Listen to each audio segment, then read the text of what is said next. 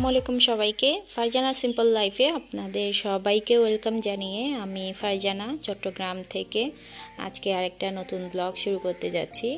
আজকের ব্লগে থাকবে আমি কিভাবে একদম সহজ উপায়ে তালের রস বের করি, এরপর কাঁঠাল পাতা দিয়ে ভাপে দেওয়া কিভাবে আমি তালের পিঠা বানাই সেটাই কিন্তু আপনাদের সাথে আজকে শেয়ার করব। আশা করি আপনাদের ভালো লাগবে।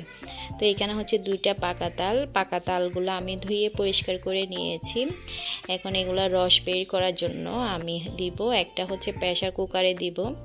যেহেতু আমার প্রেসার কুকারটা বেশি বড় না, তো কোনো রকম একটাই আসবে, দুইটা একসাথে দিতে পারবো না। তো এটা একটু আমি ভাপের মধ্যে দিচ্ছি। তালটা তেমন বেশি ভালো ছিল না, মানে গাছ পাকা তাল যেগুলো থাকে সেরকম ছিল না। তো যদি গাছ পাকা টসটসে কতগুলো পাকা তাল থাকে না, এগুলো কিন্তু ভাপে দেওয়ার দরকার নেই। তো একটু যেহেতু শক্ত টাইপের ছিল, তো তালটা এনেছে মূলত 3-4 দিন হয়ে গিয়েছে। আমি পাকার জন্য একটু নরম হওয়ার জন্য রেখেছিলাম। তো 3-4 দিন পর মুখটাও কিন্তু ছুটে গিয়েছে, একটু কালো কালো হয়ে গিয়েছে যেহেতু রেখে দিয়েছি। তো আমার শাশুড়িও বললে একটু ভাপে দিয়ে রস বের করলে তাড়াতাড়ি রসটা বের হয়ে যাবে। তো সেই কারণে আমি একটা হচ্ছে প্যানে দিয়েছি আর একটা প্রেসার কুকারে দিয়েছি। তো দুইটাই সুন্দরভাবে আমি একটু ভাপে দিয়ে নিয়েছি। তো ভাপে দেওয়ার পর তালটা একদম নরম তুলতুলো হয়ে গিয়েছে, দেখলেই কিন্তু বুঝতে পারবেন। তো ভাপে দেওয়ার পর কিন্তু রসটা কিন্তু খুবই সহজে বের হয়ে আসবে। দেখা যায় পাকা তালের রস বের করতে কিন্তু বেশিক্ষণ সময় লাগে না। যদি তালের একটু রস কম হয় বা গাছ পাকা তাল না হয়, তাহলে রস বের করতে কিন্তু অনেক বেশি সময় লাগে আর কষ্টও হয়। তো আমি প্রায় 5 থেকে 8 মিনিটের মতো আমি ভাপে দেওয়ার পর তালটা নামিয়ে নিয়েছি, একদম গরম গরম ছিল। তো আমি তালের উপরে খোসাটা ছিলে নিয়েছি। ছেলার পর আমি এখানে একটা বোলের মধ্যে একটু পানি দিয়েছি। পানি দেওয়ার পর তালের বিচিটা, এখানে একটা তালে 3টা করে বিচি ছিল, তালের বিচিটা একদম কষলি হাত দিয়ে রসটা বের করে নিচ্ছি।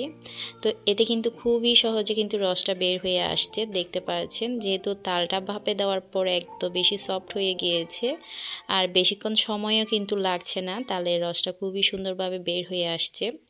তো যেহেতু আমি একটু পানির মধ্যে দিয়েছি, তালের রসটা কিন্তু বেশি ঘন হবে না। চাইলে কিন্তু শুধু একটা স্ট্রেনারে তালের রসটা বের করা যেত, এতে করে তালের রসটা অনেক বেশি ঘন হতো। তবে আমার মনে হয় একটু পানি দিয়ে চটকিয়ে নিলে তালের বিচিটা, এতে কিন্তু খুবই সুন্দরভাবে রসটা বের হয়ে আসে, খুবই সহজভাবে আর কি। তো এইখানে হচ্ছে একদম অল্প সময়ে, বেশিক্ষণ কিন্তু সময়ও লাগেনি, আমি পুরো একটা তালের রস বের করে নিয়েছি। একটা তালের মধ্যে আমার এতটুকু রস হয়েছে। আর যেহেতু তালের মুখটা ছুটে গিয়েছে, মুখের দিক দিয়ে একটু কালো কালো হয়ে গিয়েছে। তো তালটা ভাপে দেওয়ার পর অনেক কাপড় প্রশ্ন থাকবে, যখন তালটা ভাপে দিয়েছি তালের রসের স্মেল ঠিক ছিল কি না। তো ভাপে দেওয়ার পর কিন্তু তালের রসের স্মেল কোনো দিক দিয়ে কমতি হয়নি, একদম সুন্দর একটা পরিপূর্ণ স্মেল আছে।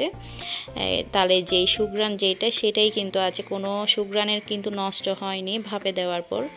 শুধুমাত্র তালটা একটু সফট করে নিয়েছি ভাপে দেওয়ার পর, এতেই কিন্তু তাল থেকে সুন্দরভাবে রসটা উঠে আসছে। যেহেতু এটা পরিপূর্ণ গাছ পাকা তাল না, আর এখন খুবই কম পাওয়া যায় গাছ থেকে পড়া যে তালগুলা, গাছের মধ্যে পাকে যে তালগুলা, সেটা কিন্তু খুবই কম পাওয়া যায় বাজারের মধ্যে। তো তাল কিন্তু গাছে না পাকার আগেই কিন্তু পেড়ে নেওয়া হয়, তো বাহিরে রেখে অনেক দিন পর্যন্ত রেখে এগুলো পাকানো হয়। তো সেই তালের স্মেল একটু কম হয়। আগে আমার শাশুড়িরা বলতো, যখন গাছ পাকা তাল একটা গাছ থেকে পড়তো, সেই তালের সুঘ্রাণে নাকি ঘরে সব জায়গায় হয়ে যেত, মানে এখানে যে তাল আছে পাকা তাল আছে সেটা কিন্তু সবাই জেনে যেত, এত বেশি সুঘ্রাণ। তো নুসরাত বউ বলছিল এটা মনে হয় গাছে পাকা তাল না, আগেই পাড়া হয়েছে, যেহেতু বাজার থেকে নিয়ে এসেছে। তো যাই হোক, আগের স্বাদ কিন্তু এখন পাবো না। তো যেহেতু যেটাই নিয়ে এসেছে সেটা দিয়ে আমি কিভাবে মজা করে সবাইকে তালের পিঠা বানিয়ে খাওয়াবো সেটাই কিন্তু আমার মাথায় আছে। তো এখানে আমি 2টা তালের মধ্যে 6টা বিচি হয়েছে, 6টা বিচির থেকেই কিন্তু তালের রসটা বের করে নিয়েছি।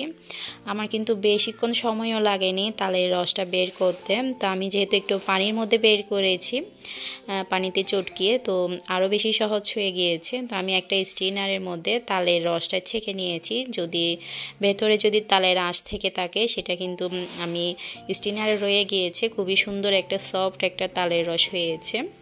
তো এটা হচ্ছে পরের দিন আমি নর্মাল ফ্রিজে রেখে দিয়েছি, রাতে রসটা বের করেছি, পরের দিন পিঠাটা বানাবো। তো এখানে নিয়েছি আমি 2 কাপ চালের গুঁড়া। তো এটা আমি চাল ঘরে ধুয়ে একদম কল থেকে চুরিয়ে এনেছি, বাজার থেকে কেনা শুকনো চালের গুঁড়া না। তো 2 কাপ দিয়েছি আমি চালের গুঁড়া। 2 কাপ চালের গুঁড়ার সাথে দিয়েছি 1 কাপ ময়দা, দিয়ে দিচ্ছি স্বাদ মতন লবণ। তো যেহেতু আমি ময়দা চালের গুঁড়া 3 কাপ নিয়েছি, সেই সাথে 1 কাপ দিয়ে দিচ্ছি চিনি। তালের রস একটু মিষ্টিও থাকে, তো তালের রস পরিমাণ বুঝেই কিন্তু মিষ্টিটা দিতে হয়। তো আমি এখানে দিয়েছি 1 চা চামচ পরিমাণ বেকিং পাউডার, হাফ চা চামচ পরিমাণ দিয়েছি বেকিং সোডা, তো 2 চা চামচ পরিমাণ দিয়েছি গুঁড়ো দুধ। গুঁড়ো দুধটা দিলে কিন্তু তালের পিঠার স্বাদটা আরও বেড়ে যায়। তো আমি আজকে তালের পিঠাটা হচ্ছে বেকিং পাউডার আর বেকিং সোডা দিয়ে বানিয়ে নিচ্ছি।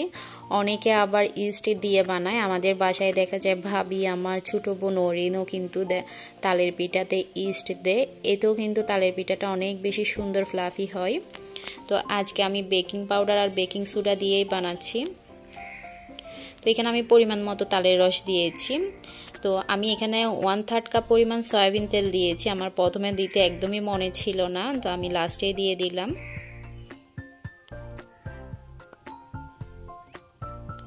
তো সব কিছু একসাথে আমি মিক্স করে নিচ্ছি। তো আমার ব্যাটারটা একটু ঘন হয়েছে, তো এখানে আমি আর একটু তালের রস অ্যাড করে দিব। আর তালের পিঠার ব্যাটারটা বেশি পাতলাও হবে না, বেশি ঘনও হবে না, আপনারা কিন্তু দেখলেই বুঝতে পারবেন। তো আমি এখানে হচ্ছে নারকেল কিছু টুকরো করে কেটে নিয়েছি। যে কোনো পিঠায় আমার নারকেলের টুকরাগুলো যখন কামড়ে পড়বে তখন কিন্তু অনেক বেশি ভালো লাগে টুকরো করে দিলে। কোরানোও দিব, কোরানোটা আমি লাস্টে যখন বানাবো তখন দিব। তো আমার তালের কালারটা তেমন বেশি হলুদ হয়নি, যেহেতু একদম টসটসে পাকা তাল না, গাছে পাকা তাল না।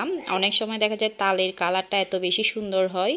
তো আমি এখানে একটু কালার আসার জন্য, এটা কিন্তু অপশনাল, আমার যেহেতু ঘরে ফুড কালার আছে, আমি যেহেতু বেকিংয়ের কাজ করি, তো আমি এখানে সামান্য পরিমাণ ইয়েলো কালার দিয়ে দিয়েছি। এতে কিন্তু আরও বেশি কালারটা সুন্দর হয়ে গিয়েছে।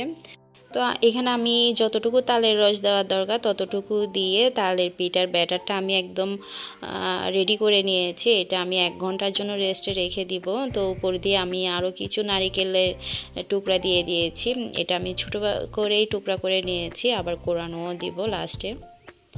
তো এই তো আমি কাঁঠাল পাতা গাছ থেকে ছিঁড়ে এনে একদম পরিষ্কার পানিতে ধুয়ে নিয়েছি, তো সাথে কিন্তু মুছেও নিয়েছি।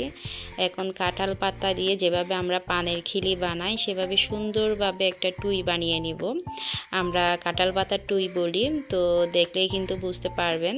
তো এই টুইটা কিন্তু নিচে ছিদ্র না থাকে মতো বানাতে হয়, যাতে নিচে কোনো রকম ছিদ্র না থাকে। ছিদ্র থাকলে দেখা যায় পিঠার ব্যাটারটা নিচ থেকে পড়ে যাবে। তো আমি ছিদ্র না থাকে মতো খুবই সুন্দরভাবে কাঁঠাল পাতার টুইটা বানিয়ে নিচ্ছি নারিকেলের শলা দিয়ে।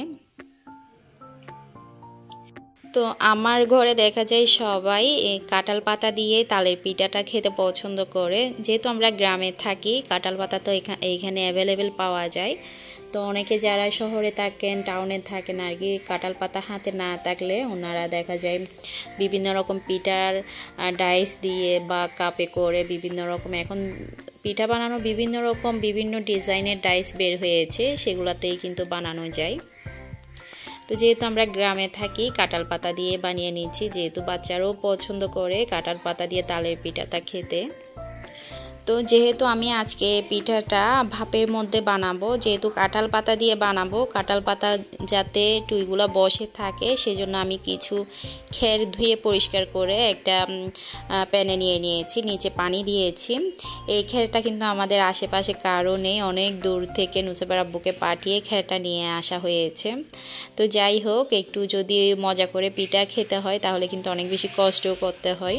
নুসেবার আব্বু বলছিল অনেক দূর থেকে তোমার জন্য খেরগুলো নিয়ে এসেছি। তো এগুলো আমি ভালো করে ধুয়ে পরিষ্কার করে নিয়েছি। এখন ভাপ আসার পর আমি এখানে কাঁঠাল পাতার টুইটা উপরে পিঠার ব্যাটার দিয়ে বসিয়ে দিচ্ছি একটা একটা করে। তো উপর আমি নারিকেল কোরানোও দিয়ে দিয়েছি, যেহেতু এখানে নারিকেল কেটেও দিয়েছি ভেতরে, উপর দিয়ে আমি কোরানোটা দিয়ে দিয়েছি। এতে কিন্তু পিঠাটা সৌন্দর্য আরও বেশি বেড়ে যাবে আর খেতেও ভালো লাগবে। তো এখানে সবগুলো আমি কাঁঠালের পাতা পিঠার ব্যাটার দিয়ে বসিয়ে দিয়েছি।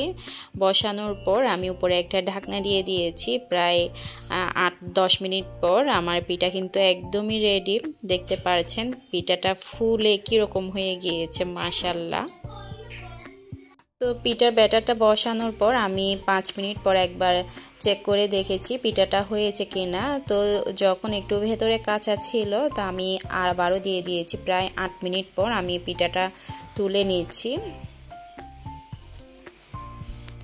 তো এই কাজটা কিন্তু খুবই সাবধানে করতে হবে, অনেক সময় দেখা যায় ভাপ লেগে হাতও পোড়া যায়।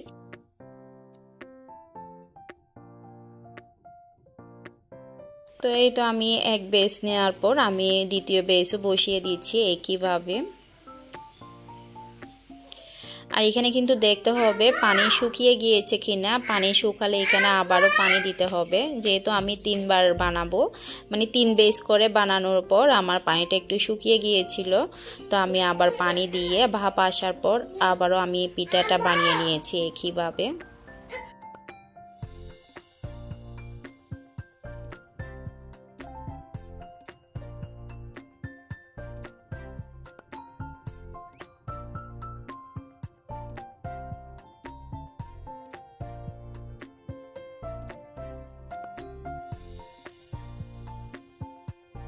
তো এতক্ষণ পর্যন্ত যে আপুরা ভাইয়ারা আমার ভিডিওটা দেখছেন, আপনাদের কাছে ছোট্ট একটা অনুরোধ থাকবে, আমার ভিডিওর যদি আজকে কোনো একটা অংশ আপনাদের ভালো লেগে থাকে প্লিজ আপনাদের একটা ছোট্ট লাইক দিয়ে আমার ভিডিওটি কন্টিনিউ করতে পারেন।